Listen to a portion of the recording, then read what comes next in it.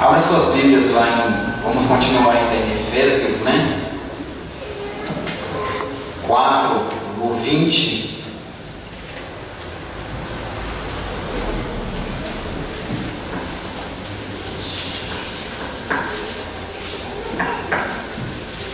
Efésios 4, versículo 20.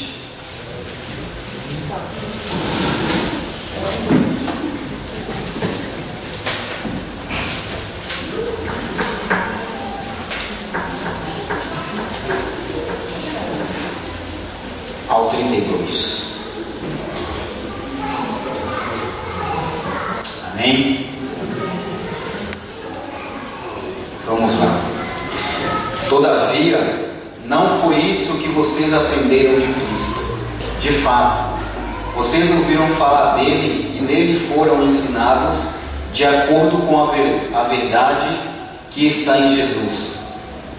Quanto à antiga maneira de viver, vocês foram ensinados a despir-se do velho homem que se corrompe por desejos enganosos, a serem renovados no modo de pensar e a revestir-se do novo homem, criado para ser semelhante a Deus em justiça e em santidade proveniente da verdade. Portanto, cada um de vocês deve abandonar a mentira e falar a verdade ao seu próximo, pois todos somos membros de um mesmo corpo. Quando vocês ficam irados, não pequem, apaziguem a sua ira antes que o sol se ponha, e não deem lugar ao diabo. O que furtava, não furte mais, antes trabalhe, fazendo algo de útil com as mãos, para que tenha o que repartir com quem estiver em necessidade. Nenhuma palavra torpe saia da boca de vocês, mas apenas o que for útil para edificar os outros, conforme a necessidade, para que conceda graça aos que ouvem. Não entristeçam o Espírito Santo de Deus, com o qual vocês foram selados para o dia da redenção. Livrem-se de toda amargura, indignação, ira, gritaria e calúnia, bem como de toda maldade. Sejam bondosos e compassivos um para com os outros, perdoando-se mutuamente, assim como Deus os perdoou em Cristo. Portanto, sejam imitadores de Deus, como filhos amados. Amém? Senhor Deus, nós queremos nessa noite agradecer pela Tua palavra, agradecer pelo Teu cuidado sobre a minha vida, agradecer sobre o Teu cuidado na vida de cada irmão que está aqui nessa noite, agradecer pela vida de cada família que compõe essa comunidade. Viemos te pedir que o Teu Espírito Santo, ó Deus, ele venha nesta noite, assim como nas noites passadas, que o Teu Espírito possa sondar o mais íntimo de cada coração, diante da necessidade que cada um de nós precisa na restauração de relacionamento, Pai. Por isso, ó Deus, nos dá a Tua graça, nos dá, ó Deus amado, cada dia a Tua misericórdia, para que possamos, ó Deus, assim colocar em prática aquilo que temos aprendido dia a dia na Tua casa, ó Deus. Oramos grato em nome de Jesus. Amém.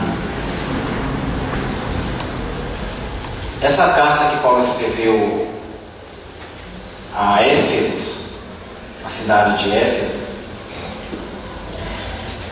foi uma igreja que a gente vai ver, a gente só vai começar a entender as cartas de Paulo quando a gente lê o livro de Atos. O livro de Atos compõe toda a formação da igreja, por isso que chama os Atos dos Apóstolos. E assim nós podemos um pouco compreender as cartas quando a gente lê Atos, a forma que as igrejas iam sendo formadas. Depois o apóstolo Paulo, ele começa a escrever para essas igrejas ao qual ele formou.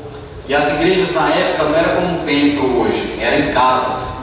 As pessoas se reuniam nos lares e ali as pessoas se convertiam e ali formavam a igreja e o corpo de Cristo. Paulo encontrou essas pessoas de Efésios da mesma maneira em que eu e você, em algum momento da vida, foi encontrado também por Cristo. Alguém, em algum momento, falou de Jesus para você, assim como falaram de Jesus para mim. E antes de tudo, na nossa antiga maneira de viver, como diz aqui o apóstolo Paulo aconselhando aquela igreja, ele aconselha a igreja a fazer algo que era do cotidiano e do costume daquele povo, que não conheciam a Deus, que não conheciam a Cristo, que não conheciam a palavra do Senhor. Então Paulo começou a exortar aquela igreja do seguinte: olha, vocês antes tinham uma forma, uma maneira de viver. Quando vocês estavam sem Deus, quando vocês não conheciam o amor de Deus, quando vocês não conheciam o amor de Cristo, vocês tinham uma prática.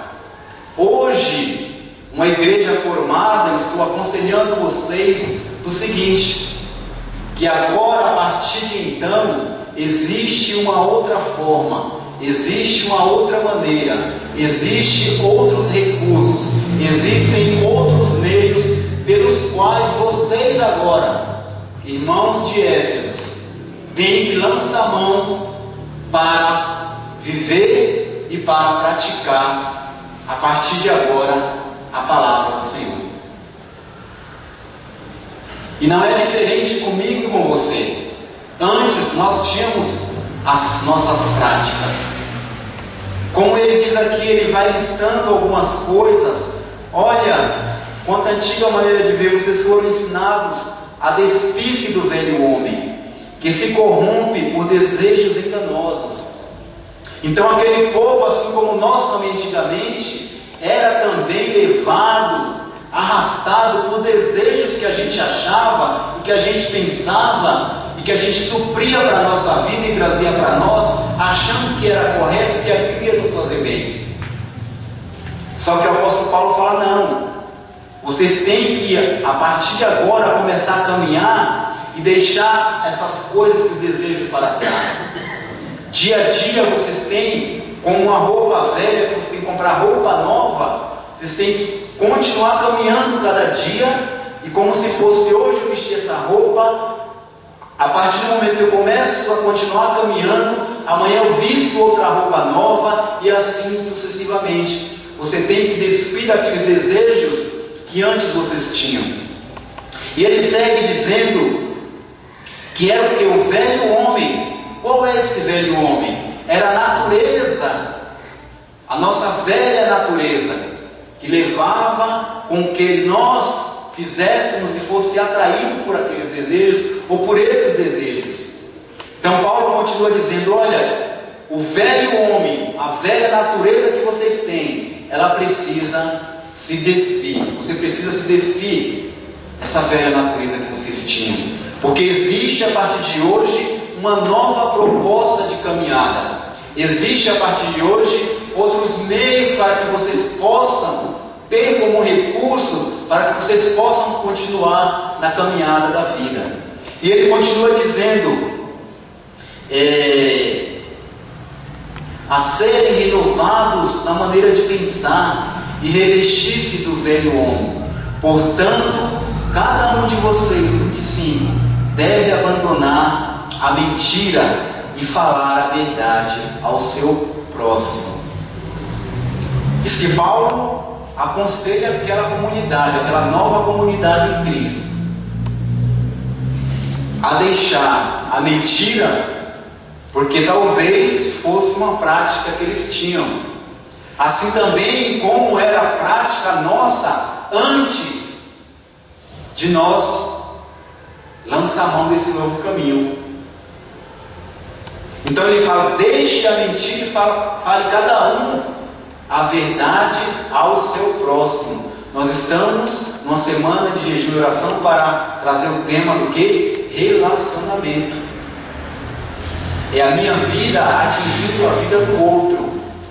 Então ele pede o quê? Que nesse relacionamento com o qual aquela nova comunidade, qual o recurso que eles tinham antes para se relacionar com o outro? A mentira. Paulo fala, não, agora mais não, agora você faz parte de uma nova comunidade. É uma nova vida, é um novo caminho. O recurso agora é este, é falar a verdade. Por quê? Porque vocês ouviram de Cristo. Então a verdade agora tem que ser o recurso que nós, como cristãos, vamos lançar mão para quê? Para me relacionar com o outro. Eu não devo, diz a palavra de Deus, usar da mentira como artifício para me safar de qualquer situação. Eu devo, como filho de Deus, agora chamado, remido e colocado, incluído nesse novo corpo, lançar mão da verdade para me relacionar com o outro, mesmo que eu colha as consequências da minha verdade. Se a gente for lá para João, o apóstolo João disse que a mentira pertence a quem? E que o diabo é o quê? E que ele se alegra, e que é parte dele, que ele foi mentiroso desde o princípio, e que todos aqueles que lançam mão da prática da mentira é filho de Deus, é filho do diabo. Palavra do Senhor.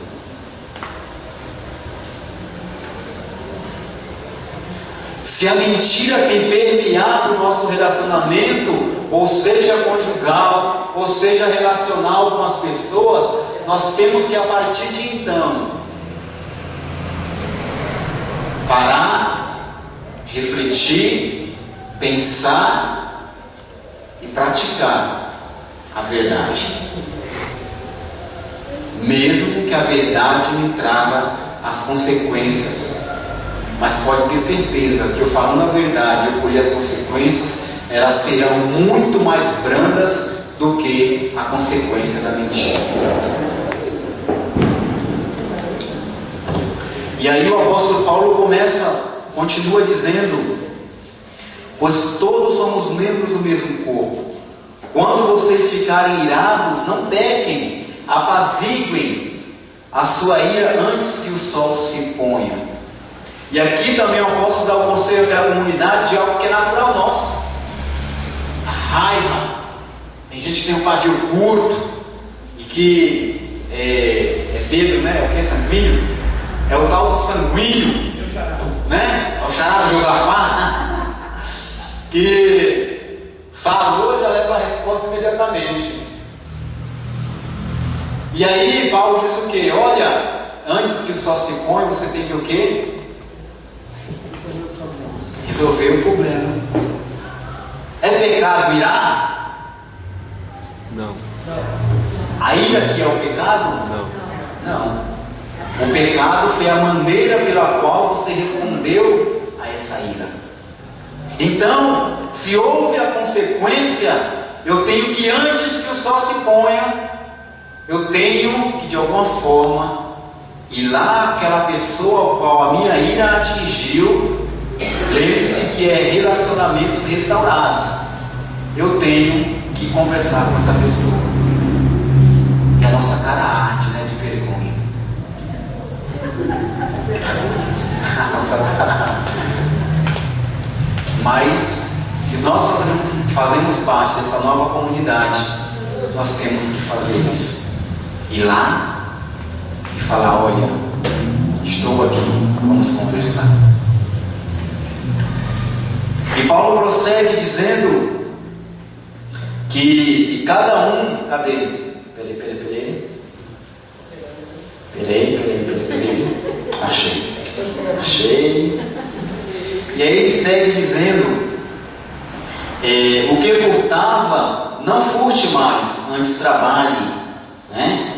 Então aquelas pessoas que estão inseridas na comunidade, que tinha essa maneira de viver, que atingia o outro, né? Paulo fala: olha, se você roubava, furtava, não faça mais isso. Agora você tem outro recurso. Qual recurso? Você está inserido numa nova comunidade. Agora você vai trabalhar para suprir a necessidade, não só sua, mas daquele também que precisa desses recursos. O apóstolo Paulo segue dizendo que nenhuma palavra torpe saia da boca de vocês, mas apenas o que for útil para edificar os outros, conforme a necessidade. Muitas vezes, irmãos, aqui, nessas palavras, quantas coisas a gente fala que não edifica a ninguém. Quantas rodas nós estamos sentados e falando besteira, e falando um monte de coisa, um monte de asneira, um monte de situação que não edifica ninguém. Só que essas questões não são automáticas. Paulo não está falando aqui, a partir de amanhã, vocês que estão inscritos nessa comunidade, vai com um passe de mágica fazer com que isso aconteça. Lembre-se que ele diz lá no começo, vocês têm que ir se despindo do velho homem, da velha natureza. E se essas coisas são hábitos, são costumes que a gente tem, assim como era costume e hábito que eles tinham na caminhada de quem que deixamos para trás. Temos que ir largando isso para trás. Porque no meu relacionamento, a partir do momento que eu estou com aquelas pessoas, e eu não estou falando nada que edifique, nada que traga algo bom para aquelas pessoas, fique calado. Se cale na roda. Ou saia dela, que é o mais indicado para todos nós. Não nos faz parte. Saia do meio, deixe lá o pessoal falar à vontade. Mas nós não.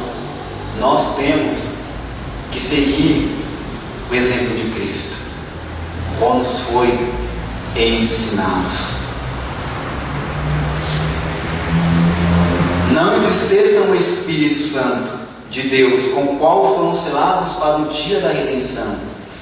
Livrem-se de toda amargura, indignação, ira, gritaria e calúnia, bem como de toda maldade. Isso aqui, irmãos, amargura, indignação, ira, gritaria, são coisas tão comuns a nós, principalmente a amargura. Nós vivemos em um tempo difícil nos relacionamentos, onde tudo e todas as circunstâncias, todas as coisas são motivos para ou eu ofender, ser o agente da ofensa, ou eu ser ofendido. E aí essa questão é muito séria, por quê? Porque os psicólogos, psicoterapeutas, esse povo todo, hoje, quem faz faculdade nessa área não vive sem emprego, porque é a chamada mal do século. Porque de uma amargura te leva à depressão, de um sentimento de decepção te leva à depressão. E a amargura, como diz a própria palavra, é uma semente que é plantada, que nenhuma semente de amargura brotando possa criar raiz, fazer algo, tomar conta da sua vida e gerar em você um ser humano, uma pessoa amarga. E aí eu posso falar para aquelas pessoas: olha, vocês antigamente, vocês viviam, vocês eram agentes ou receptores desse tipo de vida. Hoje não. Hoje vocês têm um outro recurso, qual que é? Sejam bondosos e compassivos um para com os outros, perdoando-se mutuamente, assim como Deus nos perdoou em Cristo. Nós, como comunidade de Deus, hoje, nesse século, qual os recursos que nós temos em Deus? Diante da situação anterior, se eu estou chateado com alguém, se alguém me feriu, se alguém me machucou, se alguém fez algo para mim que eu não gostei, ou se eu fiz a alguém, já que é relacionamento, eu tenho que conversar com essa pessoa. procurar um tratamento. Porque à medida em que o tempo vai passando, a palavra diz que um abismo vai chamando outro abismo. Uma circunstância chama outra. E quanta coisa para si atrai uma pessoa amargurada. E não são coisas boas, apenas coisas ruins. Como parte da nova comunidade, no nosso relacionamento, o apóstolo Paulo fala: olha, agora vocês têm que ser pessoas dóceis, amáveis, compassivas,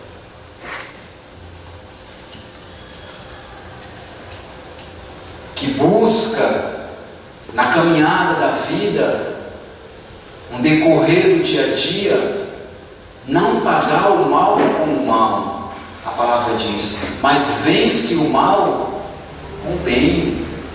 É prática de vida cristã. Perdoar é prática de vida cristã. Antes de nós nos convertermos e fazer parte dessa nova comunidade, qual era a nossa vida? Eu morro, mas não perdoo fulano.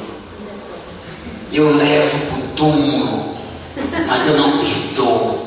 O que ele me fez, ou ela me fez, não perdoo. Agora você tem um novo conhecimento. Você é parte de Deus. O apóstolo fala, sim, sendo imitadores de Deus, imitando a Deus, nós temos sim que perdoar. Temos sim, ao ser machucado, ao sermos decepcionados, temos sim que sentar com o outro e falar: olha, isso que está acontecendo, você fez isso para mim, eu estou sentindo isso. Deixa eu lhe contar um caso. Eu mudei de emprego e segundo dia de trabalho eu discuti com uma pessoa, olha, por uma coisa que eu jamais dou liga, futebol. Eu discuti com futebol. É imaginável. Segundo dia de trabalho. Entrei lá, tinha uma sala, né, de descanso e tal, tinha televisão, eu cheguei para me trocar. E aí entrei na sala e estava passando lá sobre futebol. E aí de repente eu fiz algum comentário na sala. E a pessoa que também era de outro time não gostou, e aí começou aquele, né? E eu, em vez de me calar, o que eu fiz? Fiquei debatendo, né? Aquela coisa toda, aquela situação. E aí o pessoal que estava na sala começou: não, deixa o fulano quieto, o fulano é assim mesmo, isso aqui, tal história. Aí eu saí e falei: deixei ele falando lá e saí, tudo bem. Aí fui na chefe, né, e conversei com ela, falei: olha, houve uma discussão na sala que eu estava, por algo assim que eu nem, futebol que eu torço, mas para mim é a última coisa que deveria acontecer comigo, foi sobre futebol, mas aconteceu. Eu quero pedir desculpa para a senhora como chefe, e quero já lhe colocar antes que alguém venha dizer, né, eu estou lhe falando o que aconteceu realmente. E quero falar também, acho que a outra pessoa veio falar com a senhora. Mas como o pastor falou ontem, irmãos, aquilo foi terrível depois que acabou. Para mim aquilo foi o pior lugar que eu estava no mundo, porque eu estava me sentindo tão mal, tão ruim com aquela situação que foi causada, né? Que eu falei: meu Deus do céu, e agora? Cara ardendo de vergonha com todo mundo. E eu falei: o que eu tenho que fazer? Se você sabe o que você tem que fazer, você não faz, a palavra diz que a gente pega. Vai ter tu com teu inimigo enquanto está tu e ele no caminho, antes que ele te leve para o juízo. E aí fui eu lá, abandonei meu posto, fui eu lá e conversei com o cidadão. Eu falei: olha, quero te pedir perdão, me perdoe pelo que aconteceu. Não é algo que eu costumo fazer, não é da minha índole, do meu princípio fazer isso. Ainda mais discutir com 2 dias de trabalho ainda no local, algo inédito. E aí eu pedi perdão para ele, a gente se desculpou, se perdoou, ele também pediu perdão, pediu desculpas. E aí ficamos bons amigos.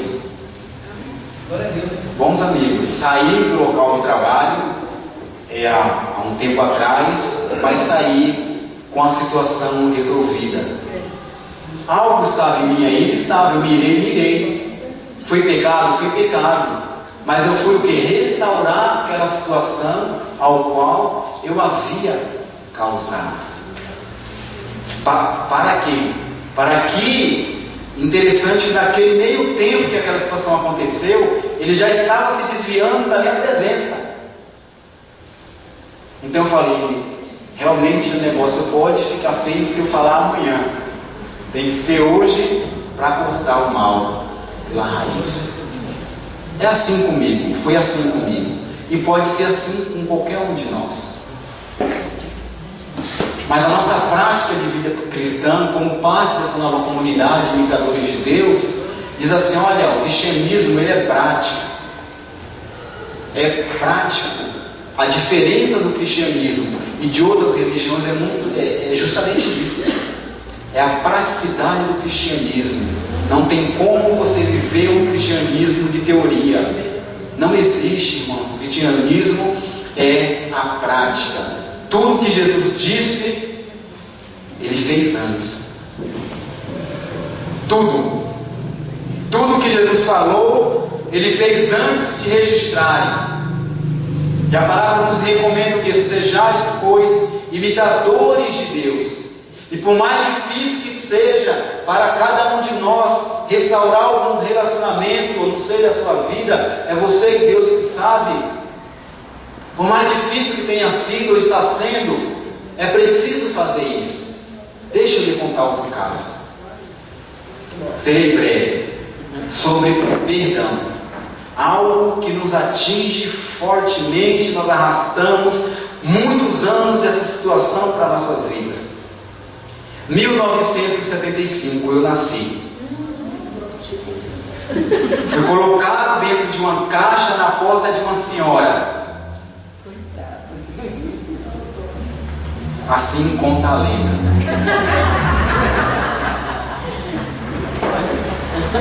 E com essas palavras, toma essa miséria para você que eu não quero. E aí, o tempo foi passando. A minha avó materna me criou. Depois de 3 anos, meu pai me registrou, porque também não queria. E aí eu fui crescendo em Feira de Santana, na Bahia, criado pela minha avó. Com 11 anos de idade, minha avó faleceu. E num momento lá de falecimento, pediu para minha tia que não me deixasse sozinho, que tomasse conta de mim. A minha tia, claro, não tinha nenhum filho, só 9. Só 9. E ainda pega uma encomenda dessa, né? Mais um. Tudo bem. E aí, a gente veio para São Paulo. Olha só, meu tio veio antes, com o mais velho, e sai. A gente quase botou o ônibus, só nós. Uma senhora com 8 filhos, 9, né? Porque eu estava incluído já nessa, né? Já que um dos 9 veio, aí eu enfileirei a filha dos 9. Viemos para cá. Aqui começamos a batalhar pela vida, lutar pela vida. Só que eu ficava me perguntando por que eu fui criado pela minha avó, depois pela minha tia, e aí aquelas coisas. E aí eu tinha um sério problema de depressão. Por quê? Porque eu ficava com essas perguntas, esses questionamentos no meu coração. Por que ela teve outros filhos, criou e não a mim? Por que meu pai formou da família e nunca foi me ver? Só colocou lá o nome depois de 3 anos. A minha vida era trabalhar satisfazerem desejos, como diz a palavra aqui, que a gente acha que é correto, que é certo. Mas quando chegava em casa, era eu o travesseiro e a cama. Eu me sentia o último ser humano com esses questionamentos. Um dia eu entrei nessa igreja através do meu tio. Já era cristão desde a Bahia, aquela coisa toda. E aí cheguei aqui. Chegando aqui, me converti. E foi começar a ser ensinado na escola bíblica, né, você? Professor. Escola bíblica. Essas novidades de vida que hoje fazem parte da nova vida. Que eu fui ensinado a odiar, a não procurar a minha genitora. Mas aí começa agora uma nova coisa. Não, você tem que perdoar. Eu falava, meu Deus, por que eu tenho que perdoar? Se foi ela que me abandonou, se foi ela que me deixou, se foi ela que me jogou, se foi ela que me... né? Essas coisas todas. E aí, ainda com aquela situação toda de depressão, que eu mesmo me convertendo, ainda batalhava por essas questões. E aí fui aprendendo, sendo ensinado, e a palavra me confrontava dia a dia, e aí eu sumia de vez em quando, e aí o povo aqui da igreja, né, irmã Naná, irmã Célia, irmão Nilton, o povo aí ia lá em casa me procurar, sabe o que estava acontecendo comigo. Eu estava dormindo, eu não queria saber de viver, eu queria dormir. Essa era a minha vida, trabalhar e dormir, por conta dessas coisas todas. Mas assim, de vez em quando eles iam, eu aparecia, aí eu sumia, eles iam, eu aparecia, e ficava nessa briga. Tudo bem. Mas a palavra começou a me confrontar em relação ao perdão.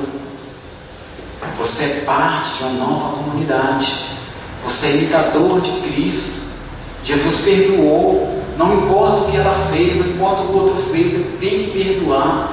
É parte da sua cura, é parte de você, para que você possa se restabelecer. E eu carregava a minha mãe como um cadáver e meu pai a minha vida toda, até os 20 anos de idade. Porque quando nós não perdoamos alguém, irmãos, é isso que nós carregamos, uma pessoa morta nas nossas costas. Aonde a gente vai, aquele sentimento, aquele peso, aquela coisa e aquilo, parece que o mundo está sobre as nossas costas. E um dia, sendo ensinado e me aprofundando como é o tema na palavra, chegou um momento que eu falei para mim mesmo: ou eu vou ser crente de verdade, ou eu não vou. Eu vou abraçar essa fé com tudo aquilo que ela tem para me oferecer, ou eu vou deixar de vez. E aí um dia eu cheguei à seguinte conclusão: por mais difícil que seja para mim, eu vou procurar a minha mãe e vou procurar saber o que aconteceu. O porquê? Quais os motivos? O que a levou? E aí peguei uma férias do trabalho, depois de 7 anos aqui, e fui. Difícil, irmãos. É difícil. Se você assistir aquele tema que está num Fantástico aí, está colocando, não sei se já acabou, os filhos adultos em busca de paternidade, e eu sinto que aquelas pessoas sentem porque é difícil. Você viver procurando uma identidade a quem você pertence.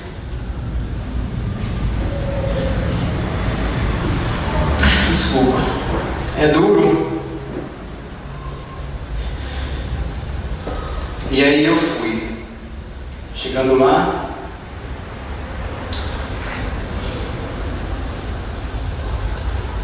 antes de entrar, eu agradeci a Deus. Falei: Senhor, muito obrigado pelo Senhor não ter permitido que esta senhora me criasse. Olha esse propósito de Deus. Muito obrigado. E aí cheguei para conversar. E ele já nem quis saber quais são os motivos. Eu só disse a ela que para mim não importava mais os motivos pelos quais ela não me quis como filho. Para mim aquele momento só importava que eu estava ali para perdoar, porque eu queria viver.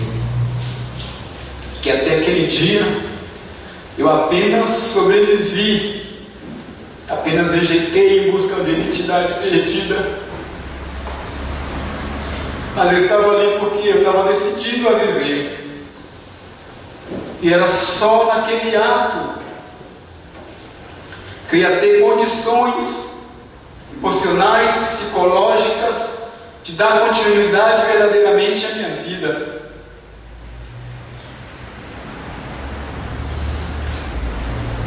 E ela quis se explicar o porquê. Eu falei, não precisa. Quero te dizer que a partir de então, você pode contar comigo como filho para aquilo que você precisar. Porque se eu sou o que sou hoje, primeiramente porque Deus permitiu com que eu não estivesse aqui, mas que Deus levantasse uma senhora com 9 filhos para formar o meu caráter, para formar em mim princípios e para me fazer um homem que talvez eu não fosse nem seria se eu estivesse com ela.